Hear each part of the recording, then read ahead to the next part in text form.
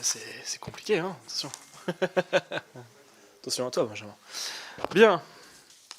Mes chers collègues, en l'absence du président Pierre-Alexandre Anglade, qui me charge de vous demander de bien vouloir excuser, j'ai le plaisir de présider cette réunion de commission.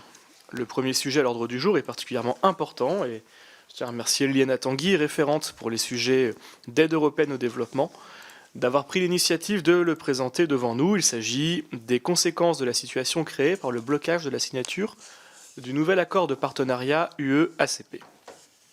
Pour les raisons que va nous exposer notre rapporteur, le Conseil n'a en effet toujours pas été en mesure d'autoriser la signature de l'accord de partenariat devant prendre la succession de l'accord de Cotonou alors que les négociations sont achevées et que les deux parties sont parvenues à s'accorder sur un texte.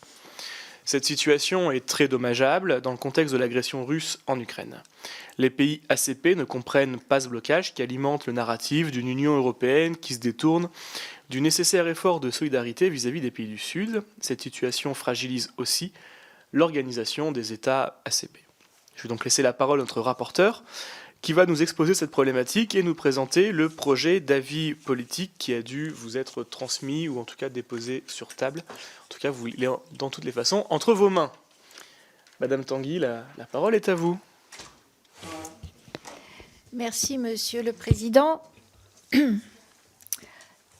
Alors, cette communication vise à attirer l'attention sur le retard qui a été pris par la ratification de l'accord de coopération entre l'Union européenne et les États du groupe Afrique, Caraïbes, Pacifique, qui doit normalement succéder à l'accord de Cotonou, ainsi que sur les conséquences possibles de ce refus s'il persiste. Alors, la négociation sur le nouvel accord de partenariat UE-ACP a abouti à un texte visant à moderniser ce partenariat. Alors, l'accord de partenariat entre les membres du groupe des États africains, des Caraïbes et du Pacifique et de l'Union européenne, ainsi que de ses membres, est connu sous le nom d'accord de Cotonou, qui a été signé le 23 juin 2000 et qui régit le cadre institutionnel de la coopération entre les 79 États du groupe ACP, donc Afrique, Caraïbes et Pacifique, désormais regroupés au sein de l'Organisation des États d'Afrique, des Caraïbes et du Pacifique, l'OEACP, et l'Union européenne. La coopération entre l'Union européenne et l'ACP, qui permet donc aux 79 États du groupe ACP de participer à un dialogue politique structuré avec l'Union européenne, repose sur trois piliers principaux. La dimension politique, premièrement, qui forme l'objectif principal de l'accord de Cotonou et du futur accord successeur, avec des domaines prioritaires et des institutions conjointes UE-ACP et des procédures de consultation. Deuxième pilier, la coopération au développement, dont le financement reposait sur le Fonds européen de développement, le FED, mentionné dans l'accord de Cotonou, mais qui repose depuis le 14 juin 2023 sur l'instrument de voisinage, de coopération au développement et de coopération internationale, l'IVCDCI. Et enfin, troisième pilier, la coopération économique et commerciale qui repose sur les accords de partenariat économique, APE, régionaux, auxquels renvoie l'article 36 de l'accord et qui existent indépendamment de ce dernier. L'accord de Cotonou devant arriver à expiration en février 2020, des négociations en vue d'un accord successeur ont commencé le 28 septembre 2018. La complexité des négociations et la survenance de la crise sanitaire ont toutefois fait d'un accord politique sur un texte ont fait que l'accord politique sur un texte n'a pu être obtenu que le 3 décembre 2020. Et ce texte, intitulé « Accord de partenariat renouvelé et modernisé entre l'Union européenne et l'Organisation des États ACP », donc l'OAECP, modifie le cadre institutionnel de la coopération entre l'Union européenne et l'ACP. Le nouveau texte contient un socle commun et 3 protocoles régionaux qui correspondent respectivement à l'Afrique, aux Caraïbes et au Pacifique, avec des institutions conjointes propres à chacune de ces régions et des priorités différenciées. Son socle commun modernise les priorités stratégiques de la coopération entre l'UE et l'ACP en les mettant en cohérence avec les objectifs du développement durable adoptés par l'Organisation des Nations Unies en septembre 2015, ainsi que l'accord de Paris de 2015 sur le climat. Ces priorités sont la démocratie et les droits de l'homme, la croissance et le développement économique durable, le changement climatique, le développement humain et social, la paix et la sécurité, les migrations et la mobilité. S'agissant du volet financier de la coopération, indépendant de l'accord l'IVCDCI remplace depuis le 14 juin 2021 le FED. À la différence de ce dernier, l'IVCDI couvre la coopération de l'UE avec l'ensemble des pays tiers et non plus seulement les États APCE et fait partie intégrante du budget communautaire alors que le FED était alimenté par les contributions volontaires des États membres. Concernant maintenant l'entrée en vigueur du nouvel accord qui est empêché par le refus de la Hongrie. L'accord post-Cotonou, dit aussi accord de Samoa, puisque c'est à Samoa que devrait avoir lieu la cérémonie de signature et qui doit cependant être approuvé par l'ensemble des États membres de l'Union européenne pour pouvoir entrer en vigueur. Sauf que la Hongrie a signifié le 20 mai 2021 son refus d'autoriser la signature de l'accord en invoquant des désaccords en matière de migration et de mobilité d'une part, concernant les questions de droit et de santé sexuelle et reproductive d'autre part. Et cette opposition a bloqué la signature de l'accord de Samoa et nécessité l'adoption de 2 séries de mesures transitoires, en plus des 2 déjà adoptées auparavant, afin de prolonger la validité de l'accord de Cotonou jusqu'au 30 juin 2023. Les demandes de la Hongrie ne sauraient cependant recevoir de suite favorable, ne serait-ce que parce qu'il est impossible de modifier le texte de l'accord post-Cotonou sans entamer de nouvelles négociations. Le refus hongrois de ratifier le texte semble en effet partiellement motivé par le souhait d'obtenir de l'Union européenne des concessions sur d'autres dossiers, notamment celui du versement des aides européennes au titre du Fonds européen de cohésion en contrepartie de sa signature. Alors, ce sur quoi nous voulons mettre l'accent ici, c'est que le blocage hongrois risque de fragiliser le partenariat entre l'Union européenne et l'ACP. Si la Hongrie persiste dans son opposition à l'accord, il faudra néanmoins envisager une 5e série de mesures transitoires afin de prolonger la validité de l'accord de Cotonou au-delà du 30 juin 2023, ce qui nécessiterait l'accord des États de l'OEACP, accord qui pourrait impliquer l'adoption d'un calendrier précis pour la signature du nouvel accord. Au stade actuel, l'avenir de la coopération entre l'Union européenne et les États ACP dépend donc, d'une manière ou d'une autre, du consentement de la Hongrie.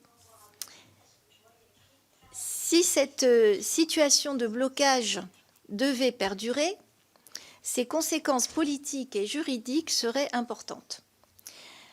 D'une part, les procédures de dialogue, de partenariat et de dialogue politique prévues par l'article 2 et 8 et les procédures de consultation et d'adoption de mesures appropriées prévues par l'article 96 de l'accord de Cotonou,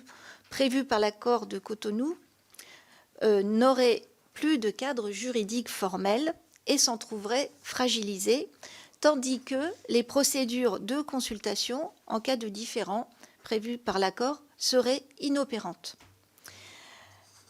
Autre problème, les États ACP se trouveraient déliés des obligations contenues dans l'accord, notamment en matière de retour et de réadmission, de droits de l'homme, de démocratie et de non-prolifération des armes de destruction massive. D'un point de vue juridique, les références à l'accord de Cotonou et à l'accord successeur présentent dans les accords de partenariat régionaux seraient vidés de leur effet. Tandis que la Banque européenne d'investissement, la BEI, dont les activités dans les États ACP obéissent à des règles qui figurent dans l'accord de Cotonou, devrait négocier des accords bilatéraux avec ces États. Plus généralement, l'affaiblissement et la possible disparition du cadre politique UE-ACP représenteraient une perte à la fois pour l'Europe, qui apparaîtrait comme paralysée par ces désaccords internes, et perdrait une partie de son influence, et pour les États des Caraïbes et du Pacifique, pour lesquels l'appartenance à l'ensemble ACP représente un accès à l'Union européenne, dont ils disposeraient difficilement en son absence. Je voudrais souligner ici que la présidence suédoise a inscrit dans son programme de travail sa volonté de s'efforcer, je cite, de conclure les négociations de l'accord post-Cotonou qui a pour objectif de mettre en place un accord de partenariat moderne entre l'Union européenne et les pays ACP. Et la présidence suédoise compte sur l'appui de la Commission et des autres États membres pour y parvenir. Donc cette communication vise donc à souligner l'urgence qu'il y a maintenant à débloquer cette situation qui menace de remettre en cause une relation privilégiée et mutuellement bénéfique entre l'Union européenne et les pays ACP. Donc, je suis maintenant à disposition pour répondre à d'éventuelles questions. Bien, merci beaucoup, Madame le rapporteur. Je pense qu'on a pu saisir l'ensemble des enjeux et également les points de blocage qui subsistent dans cet accord, qui ont été assez clairement identifiés par vos soins. Je vais maintenant ouvrir la parole pour les orateurs de groupe. Alors, pour le groupe Renaissance, est inscrit Monsieur Haddad. Merci, Monsieur le Président. Merci, Madame la rapporteure, pour cet exposé très clair. Et le groupe Renaissance votera en faveur de cet avis politique et déplore en effet ce blocage sur cet accord entre l'Union européenne et le groupe des États de l'ACP. Vous l'avez dit, Madame la rapporteure, ce blocage par la Hongrie empêche en fait de renégocier ce texte puisqu'il a déjà été finalisé et voté. Et puis par ailleurs, comme vous l'avez souligné, il semblerait essentiellement que ce soit un chantage, un levier par la Hongrie sur d'autres dossiers que cette négociation avec l'ACP. Par ailleurs, je pense que cet accord est utile. Il offre un cadre de dialogue avec un certain nombre de pays sur des sujets comme l'immigration, comme l'écologie, comme les droits humains, la démocratie, à un moment où on sent en plus une concurrence géopolitique contre l'Union européenne venant d'acteurs extérieurs, en particulier sur le continent africain, ce qui explique d'ailleurs en partie la présence du président de la République cette semaine en Afrique pour inventer aussi une relation plus équilibrée, plus moderne avec nos partenaires africains. Cet accord offre aussi un cadre sur un certain nombre de sujets essentiels à nos intérêts, comme les questions migratoires, avec notamment des accords de réadmission. Et d'ailleurs, on ne peut pas s'empêcher de souligner une forme d'ironie de voir la Hongrie bloquer cet accord qui pourtant offre ce cadre. Et bien sûr aussi un cadre de dialogue important sur des sujets qui touchent directement à nos valeurs, la démocratie, les droits humains, la santé et les droits sexuels qui font partie des prétextes utilisés par Budapest pour bloquer cet accord. Donc pour toutes ces raisons, nous déplorons ce blocage. On espère que la présidence suédoise, comme vous l'avez souligné, permettra d'avancer sur ce dossier et de donner une nouvelle vie à ce dialogue, à ce partenariat qui existe depuis 1975, qui est dans l'intérêt de tous les États membres et donc des deux parties. Et donc pour toutes ces raisons, le groupe Renaissance soutiendra cet avis politique. Merci Monsieur Haddad. Pour le Rassemblement national, pas de prise de parole. Pour la France insoumise, Madame Obono. Merci Monsieur le Président. Alors, merci à Madame la rapporteure pour cet avis. C'est l'occasion d'aborder un sujet très utile et très intéressant sur cet accord de partenariat conclu entre l'Union européenne et les pays de l'Organisation des États d'Afrique, des Caraïbes et du Pacifique, qui relie quand même 106 pays, rassemble plus de 1,5 milliard de personnes réparties sur 4 continents et qui constitue, après 46 années d'existence, l'un des cadres de coopération les plus anciens et les plus complets entre l'Union européenne et des pays tiers. Donc c'est un accord qui s'inscrit dans une tradition d'échange qui a été marquée en 1975 par la Convention de Lomé, puis celle de Cotonou, et le nouvel accord reprend les axes stratégiques autour de la coopération au développement, la coopération économique et commerciale et le dialogue politique. Et il est fondé sur un régime de libre-échange, un accord de partenariat économique fondé sur ces bases. Alors la situation actuelle de blocage que vous avez bien décrite dans votre avis, et dont nous pensons également que le rôle joué par la Hongrie est particulièrement négatif et pour le coup de mauvaises raisons, doit nous donner aussi l'occasion, nous le pensons, d'interroger les bases de cet accord de partenariat, parce que les promesses de l'APE ne diffèrent pas vraiment de celles qu'on entendait déjà autour des programmes d'ajustement structurel qui annonçaient un avenir radieux pour les pays, mais dont on connaît aujourd'hui les échecs et les conséquences qui se font sentir aujourd'hui. Ce sont notamment pour un certain nombre de ces pays les effets dévastateurs en termes économiques et sur les petits producteurs et la libéralisation de ces systèmes économiques. Il y a un impact dévastateur sur les paysans, les pêcheurs, les mineurs, et ça a aussi déstabilisé les processus d'intégration régionale en restreignant les industries locales et en favorisant l'appropriation par notamment des multinationales européennes d'un certain nombre de parts de marché, mais en restreignant les capacités de développement et d'autodéveloppement de ces pays. Et donc, il nous semble, de conclure, et je conclurai là-dessus, que nous devrions repenser profondément la nature de ces accords pour qu'il y ait un véritable partenariat, pour qu'il y ait une véritable égalité. Et au moment où le président de la République se trouve en tournée dans plusieurs pays africains, je crois que sans une remise en cause fondamentale de ce rapport avec ces pays africains, Caraïbes et Pacifiques, j'ai peur que cette tournée ne rapporte pas les fruits escomptés. Merci beaucoup, chers collègues. Pour le groupe républicain, je sais pas, étant que vice-président et président de cette commission par intérim le temps de l'absence de monsieur le président et n'étant pas roi, je n'ai pas la théorie du double corps, des deux corps du président, donc je ne vais pas prendre la parole au nom des républicains. Démocrates, je n'en vois pas. Socialistes apparentés, je n'en vois pas. Horizon apparenté, je n'en vois pas. Écologiste non plus. GDR non plus. Madame Youssoufa pour Liberté, Indépendant, Outre-mer et Territoire. Merci Président. Merci Madame la rapporteure. La signature de cet accord post-Cotonou est dans l'impasse, mais il nous semble que l'avis politique proposé par notre commission offre une analyse que je souhaite modestement enrichir. En effet, le blocage provoqué par la Hongrie peut aussi être l'occasion, telle que l'a expliqué notre collègue Obono, l'occasion pour l'Union européenne de s'interroger sur la pertinence de cet accord et de tirer les leçons des difficultés qui se sont fait jour lors des négociations. Les pays africains ont en effet exprimé leur profonde insatisfaction quant à l'approche globale européenne qui peut être très défavorable aux petits pays et inadaptée aux marchés les moins avancés. Par exemple, le fait que la Banque européenne d'investissement soit obligée de renégocier de nouveaux accords bilatéraux avec chaque pays africain peut être une opportunité de faire mieux.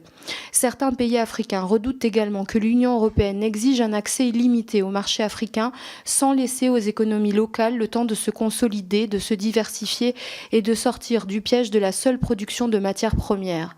D'autres craignent que l'Europe n'utilise ces négociations comme un cheval de Troie pour bénéficier des avantages de la zone de libre-échange continentale africaine qui est en plein développement. En cette période de course vers l'Afrique, en cette période de visite présidentielle en Afrique, il me semble nécessaire de questionner notre approche et non seulement de simplement dénoncer l'avancée chinoise, russe ou turque. On ne peut se gargariser de libéralisme pour ensuite dénoncer la concurrence mondiale. Les négociations avec l'Afrique sur l'accès aux terres rares, l'exploitation des fonds marins ou encore les enjeux climatiques ne pourront être couronnées de succès que si l'Europe organise le transfert des technologies d'adaptation climatique et le partage de savoir-faire sans contreparties exorbitantes. Nous devons sortir des grands discours et retrousser nos manches pour mettre en place des mécanismes permettant d'organiser une montée dans la chaîne de valeur des économies africaines. C'est indispensable pour construire un partenariat égal et durable. La prospérité de notre voisin africain est une bonne nouvelle pour l'Europe et nous devons nous y atteler sérieusement avec des accords plus justes. Je vous remercie.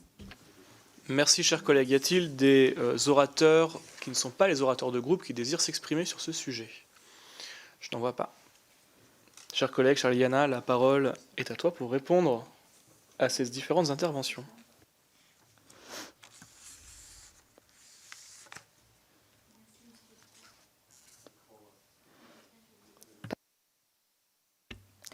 Merci. Les différentes interrogations qui ont été formulées,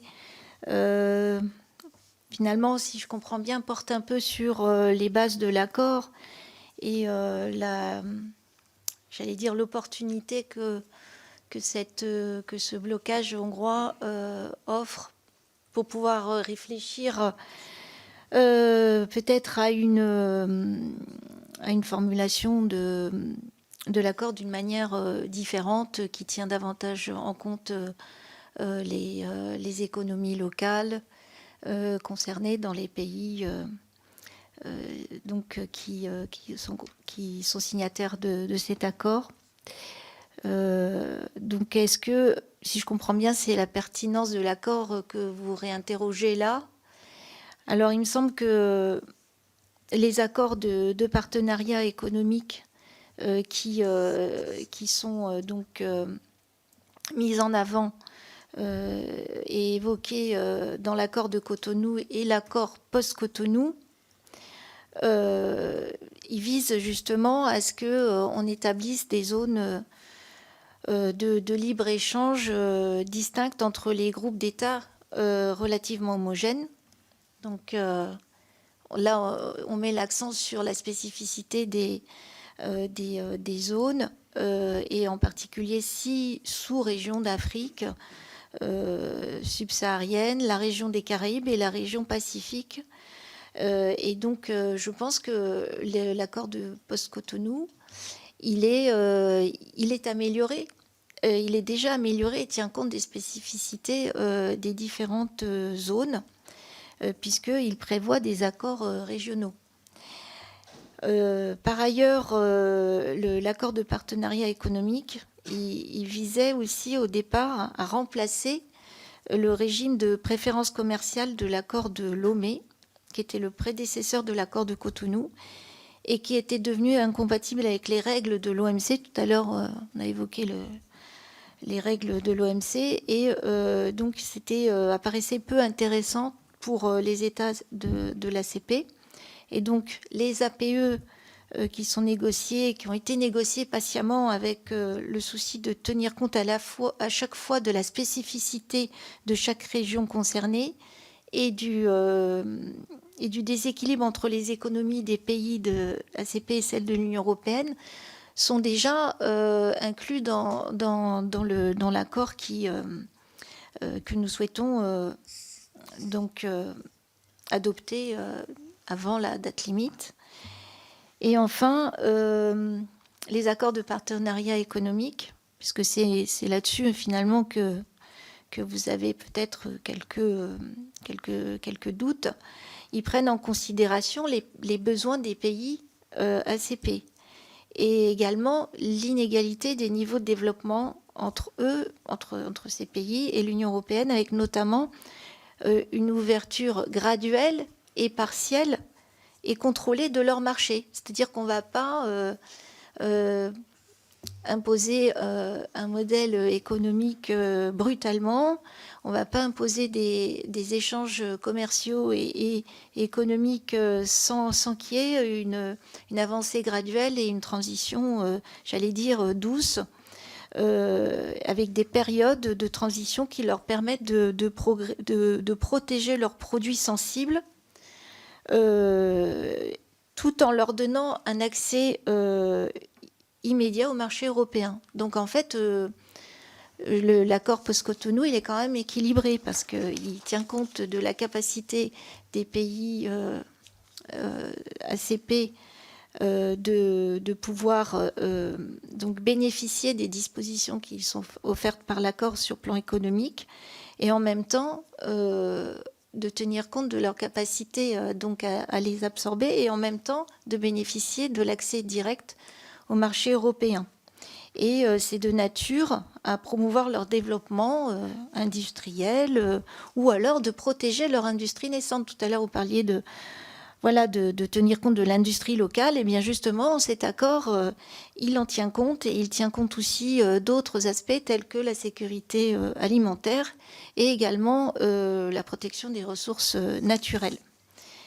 Et enfin, je voudrais dire que l'objet même de la coopération entre l'Union européenne et l'ACP est de fournir une aide au développement, comme je le disais dans mon propos, qui soit susceptible d'aider les pays du groupe ACP à s'intégrer dans un marché global à leur rythme. C'est bien précisé que c'est à leur rythme, en évitant justement ces chocs qui pourraient provoquer une ouverture trop rapide des frontières économiques. Et par ailleurs, l'aide aux systèmes fiscaux des États est à ce titre très importante, puisque les droits de douane constituent souvent l'une de leurs principales ressources fiscales. Donc, en d'autres termes, les termes de l'accord tels qu'ils sont aujourd'hui soumis à l'approbation des États membres de l'Union européenne semblent couvrir l'ensemble des risques que vous évoquiez.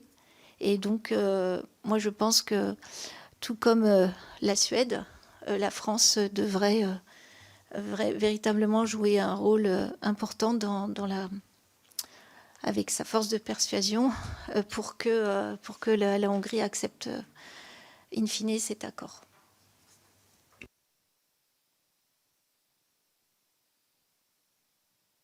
Parfait. Bien, merci beaucoup, Madame le rapporteur. Il n'y a pas d'amendement qui a été déposé. Donc, je vais maintenant mettre aux voix le projet d'avis politique qui vous a été transmis. Qui est pour? Qui est contre? Une voix contre. Qui s'abstient? Une abstention. Eh bien, le projet d'avis politique n'est plus un projet, c'est un avis politique maintenant, puisqu'il a été adopté. Et donc, toutes mes félicitations, chère Liliana, pour ce travail et pour cette présentation. Nous allons donc passer maintenant à la deuxième partie qui consiste en la nomination de différents rapporteurs d'information. J'ai été saisi par les groupes politiques des candidatures suivantes après examen par le bureau. Alors, de la nomination de M. Henri Alfandari pour le groupe Horizon sur le thème de l'évolution du marché des crédits carbone au niveau européen. La nomination d'un duo de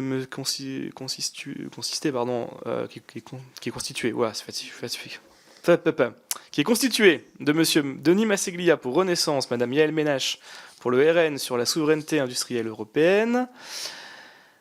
En ce qui concerne l'aide européenne au développement des régions ultra-périphériques, nous avons un binôme constitué de Mme Joëlle Mélin du RN et de Mme Estelle Youssoufa de l'IOT.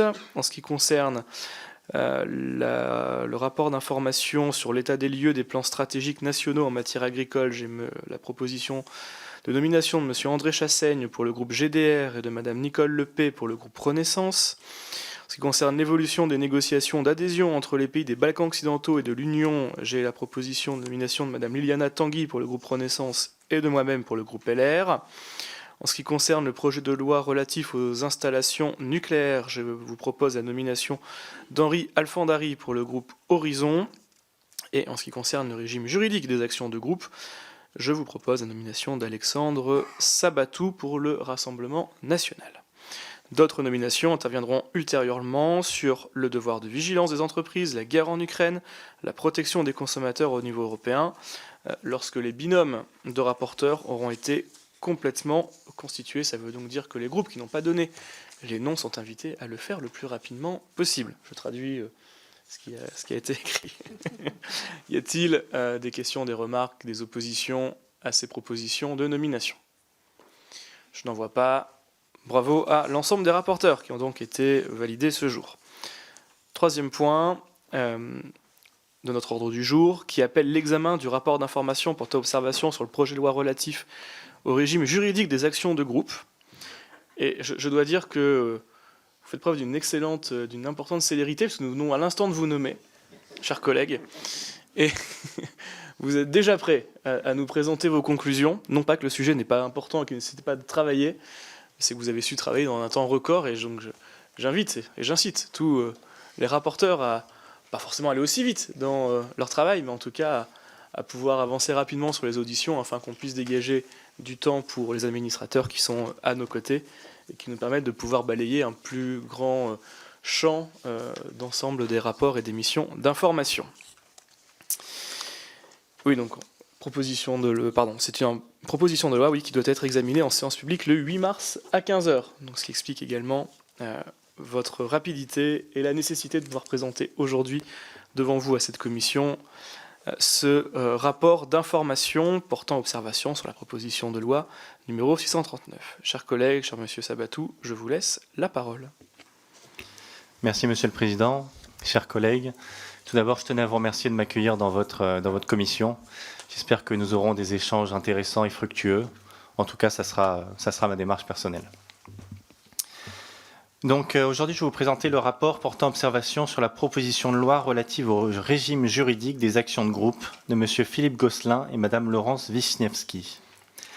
La proposition de loi relative au régime juridique des actions de groupe opère une refonte du régime juridique de l'action de groupe à la française, en cohérence avec les dispositions de la directive 2020-1828 du Parlement européen et du Conseil du 25 novembre 2020, relative aux actions représentatives visant à protéger les intérêts collectifs des consommateurs et abrogeant la directive 2009-22-CE, dont elle assure également une transposition partielle.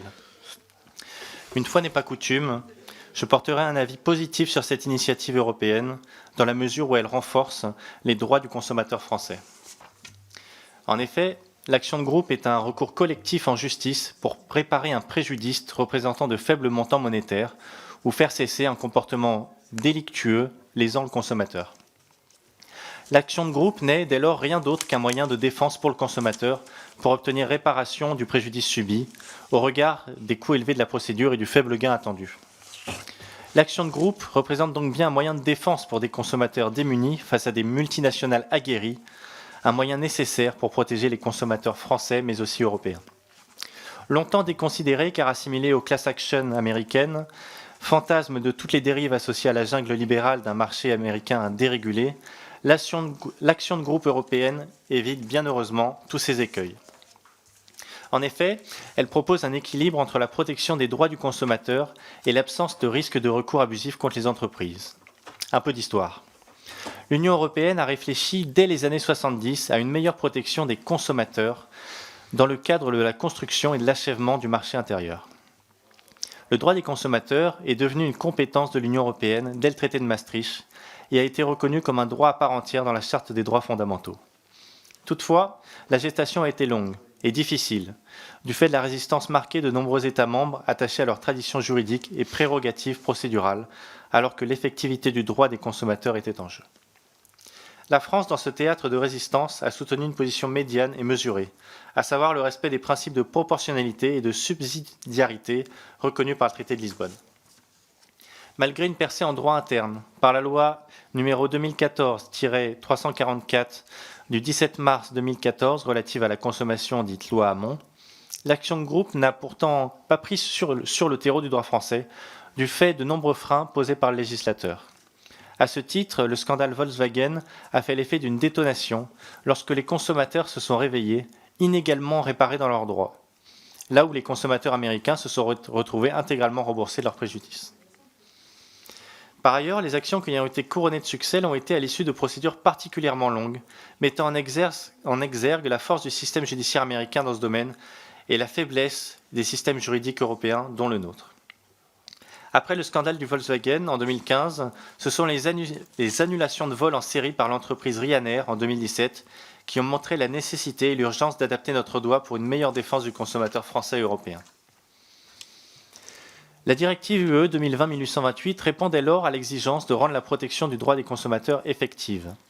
Adoptée le 24 novembre 2020 par le Parlement européen, Publiée au journal officiel de l'Union européenne, le JOU, du 4 décembre 2020, la directive 2020-1828 crée un système original d'action de groupe européenne, en obligeant entre autres chaque État membre à instaurer un régime juridique d'action de groupe en cohérence avec son droit interne et en ouvrant la possibilité pour chaque consommateur européen de se joindre pour un même préjudice à des actions de groupe transfrontières.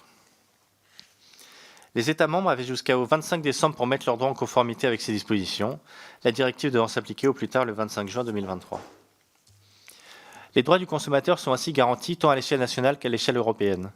En outre, le recours collectif doit prendre une double forme, une action de cessation, pour faire cesser une pratique illégale, et une action de réparation, pour indemniser le défenseur en préjudice qu'il a subi. Pour répondre aux préventions de certains États membres, la directive a posé un certain nombre de garanties, telles que des critères de transparence pour la désignation et le financement des entités qualifiées autorisées à plaider, la limitation des clauses d'opt-out au profit de la clause d'opt-in, le remboursement des frais de la justice à la partie gagnante, la nécessité d'informer des demandeurs potentiels qui pourraient se joindre à l'action collective et l'interdiction d'octroyer des dommages et intérêts punitifs. Et également, l'interdiction de verser des honoraires de résultats aux avocats pour les dissuader d'engager des procédures judiciaires dites abusives. La transposition de la directive par la proposition de loi relative au régime juridique des actions de groupe est une opportunité pour refondre le régime juridique de l'action de groupe à la française. Le texte issu des travaux de la Commission des lois le 15 février dernier, qui sera présenté en séance le 8 mars prochain, suite aux amendements des deux rapporteurs, transpose seulement les dispositions permettant une action de groupe transfrontière. En effet, le droit français était déjà en conformité avec un certain nombre de dispositions de la directive et ne nécessitait pas d'autres transpositions. Le régime de l'action de groupe en réparation existant déjà en droit français et ne nécessitant pas une adaptation puisque la directive laisse une autonomie procédurale aux États membres. Dans la version actuelle de la proposition de loi, au regard des exigences de la directive en matière de contrôle et de demande d'agrément, de possibles conflits d'intérêts ou de financement par des tiers, le contrôle peut sembler insuffisant. En outre, la question d'un soutien financier aux actions de groupe, sous la forme d'un financement, proposition du rapport sur le bilan, et les perspectives des actions de groupe n'a pas été reprise par la présente proposition de loi. Même si cette question n'est pas une exigence de la directive, elle mérite d'être réinterrogée, ayant été identifiée comme un frein puissant au développement des actions de groupe en France, en l'absence de gains attendus pour les cabinets d'avocats sur le modèle américain. Pour conclure, pour votre rapporteur, la proposition de loi relative au régime juridique des actions de groupe est une opportunité pour redonner de l'élan au recours collectif, procédure juridique protectrice du droit des consommateurs. En effet, l'existence de critères solides garantissant la sécurité juridique des professionnels, afin d'éviter tout recours abusif à des fins personnelles, amène à soutenir ce texte renforçant le régime juridique, l'action de groupe du droit français et la transposition qu'il fait des actions transfrontières. Quelques dispositions du texte méritent d'être amendées, notamment pour introduire davantage de contrôle dans le financement par des tiers, l'absence de conflit d'intérêts, voire proposer un fonds de soutien aux actions de groupe. Le texte dans son ensemble présente une avancée, sous l'impulsion du droit européen, pour la protection des droits du consommateur, dont le consommateur français sortira gagnant. À ce titre, l'impulsion donnée par l'Union européenne pour préserver et renforcer le droit des consommateurs européens mérite d'être saluée. Elle correspond à ce que nous en attendons, une Europe respectueuse des spécificités des États membres, qui, en renforçant leurs droits, n'empiètent pas sur leur souveraineté ou leur identité juridique, respectueuse donc des identités nationales qui la composent. Pour reprendre les mots du rapporteur du texte devant le Parlement européen, l'Europe enfin en sort gagnante, à un moment où les peuples reprochent parfois à juste titre à l'Union européenne d'imposer nombre de normes et de contraintes. Elle démontre ici qu'elle sait s'adapter aux nouveaux besoins et surtout qu'elle est en mesure d'offrir de nouveaux droits aux citoyens. Il s'agit là d'un progrès économique, d'un progrès juridique, mais surtout d'un progrès politique que nous devons tous nous approprier et que nous pouvons tous revendiquer. Merci.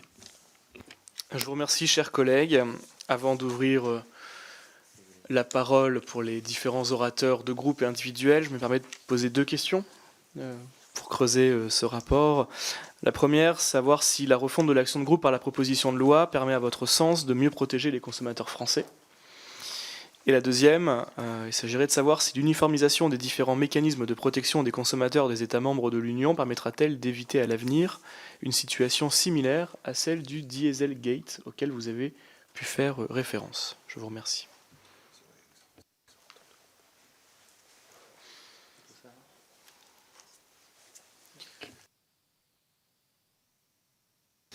Oui, merci Monsieur le Président.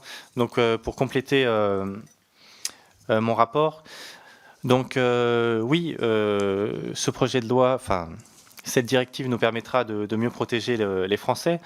Donc, pour rappel, la loi Hamon qui crée le mécanisme de l'action de groupe en France n'a pas raconté le succès attendu, avec seulement 21 actions qui ont été intentées, sans qu'aucune entreprise ne voit sa responsabilité engagée. Les conditions pour agir étaient trop restreintes et peu claires, le délai de procédure trop long, les coûts de procédure trop importants et les sanctions en place peu dissuasives. Cette directive offrait donc l'occasion idéale pour reformer enfin et rendre efficace l'action de groupe en France. Pour répondre aux limites de la procédure actuelle et de mettre en conformité avec le droit européen, il y a eu une ouverture de la qualité pour agir à des entités qualifiées en assouplissant les critères, notamment avec la suppression de l'agrément, l'ouverture du champ d'action de la procédure, car avant il était limité, l'uniformisation des différents régimes dans un socle procédural unique, mise en place d'une véritable sanction dissuasive, amende civile versée au Trésor public qui s'ajoute aux éventuels dommages et intérêts en responsabilité, et la création de juridictions spécialisées sur tout le territoire, une procédure plus rapide car les magistrats qui auront l'habitude de régler ce genre de litige.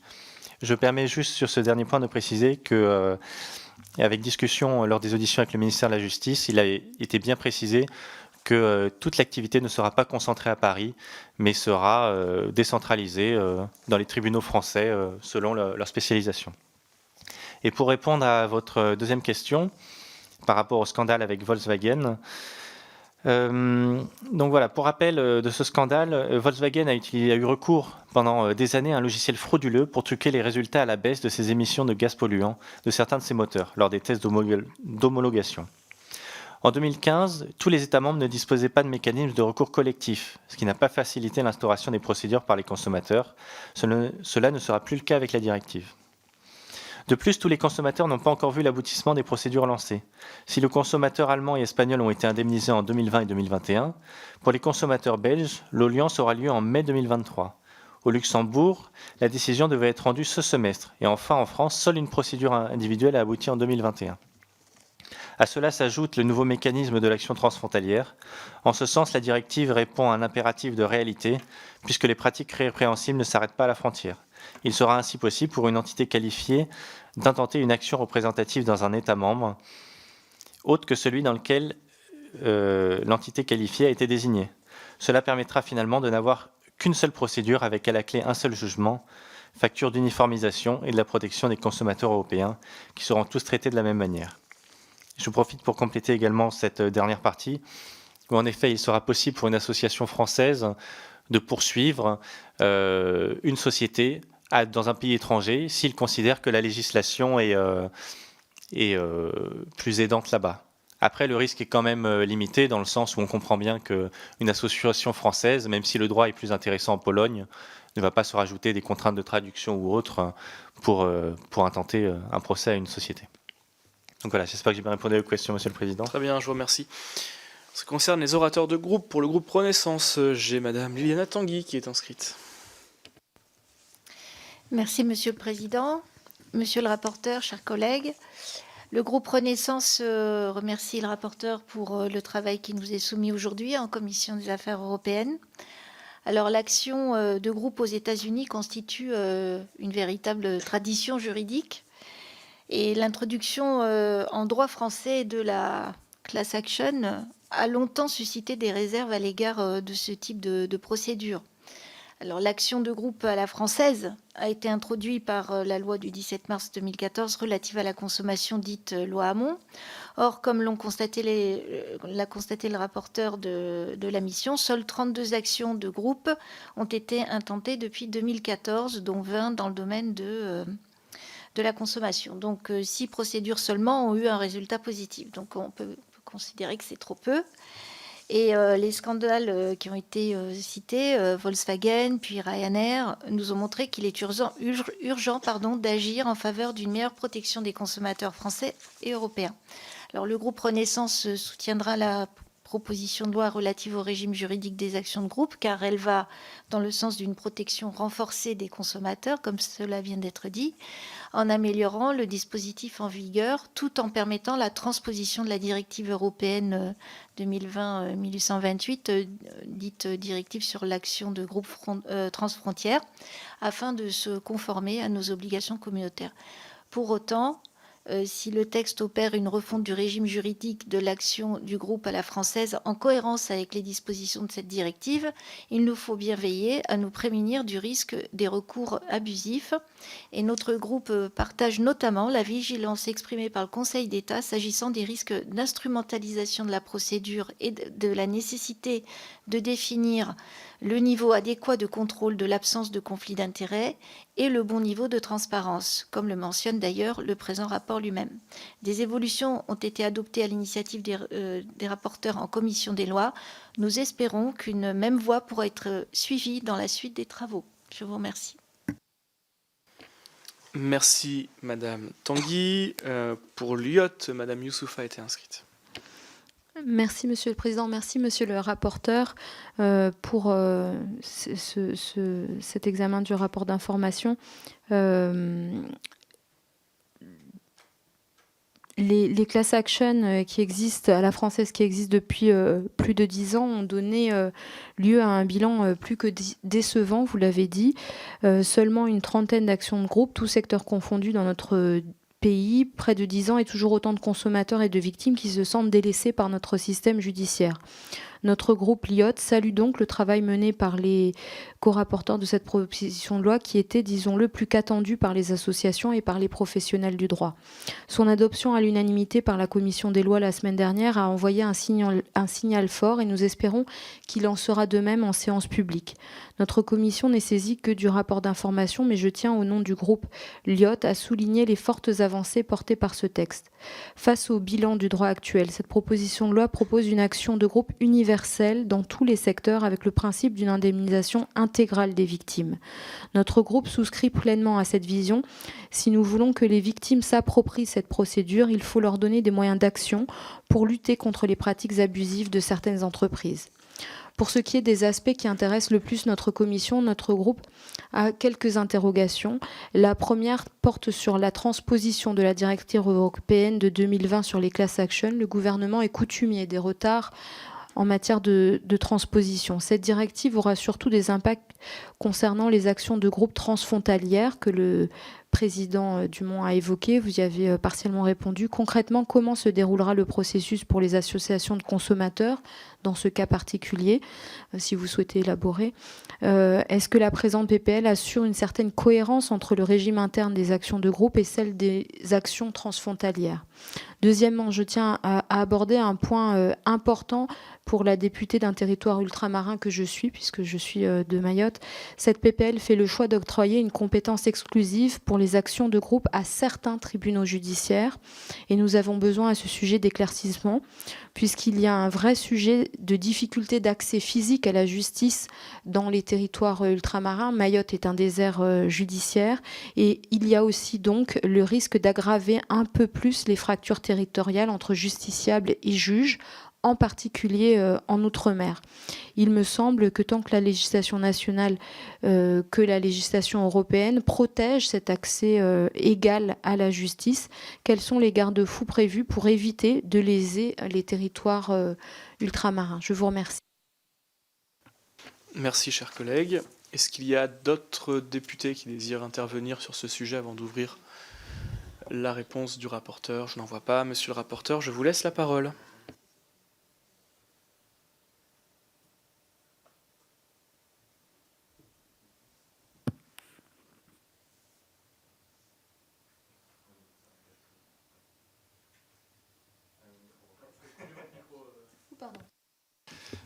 Il n'y a pas de mal. Merci pour vos questions.